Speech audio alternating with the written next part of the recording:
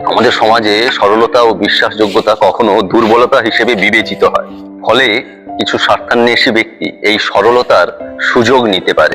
কিন্তু কিভাবে বুঝবেন কেউ আপনার সরলতার সুযোগ নিচ্ছে?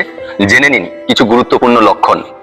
1, আপনি কি অনুভব করেছেন কেউ আপনাকে তার সুবিধার জন্য শুধুমাত্রই ব্যবহার করছে? যদি কেউ সব সময় সাহায্য চায় কিন্তু আপনাকে সহায়তা না করে, তাহলে বুঝতে হবে সে আপনার সরলতার সুযোগ নিচ্ছে।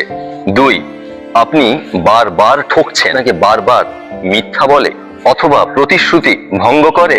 তারা কি শুধু আপনাকে তখনই খোঁজে যখন তাদের প্রয়োজন পড়ে? ঠিক ধরেছেন, এটাই বড় লক্ষণ যে আপনার সরলতার সুযোগ নেওয়া হচ্ছে।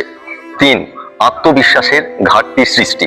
যদি কেউ সবসময় আপনার আত্মবিশ্বাস নষ্ট করার চেষ্টা করে এবং আপনাকে বোঝাতে চায় যে আপনি নিজের জন্য সঠিক সিদ্ধান্ত নিতে পারবেন না, তবে বুঝতে হবে এটি একটি নিয়ন্ত্রণমূলক কৌশল।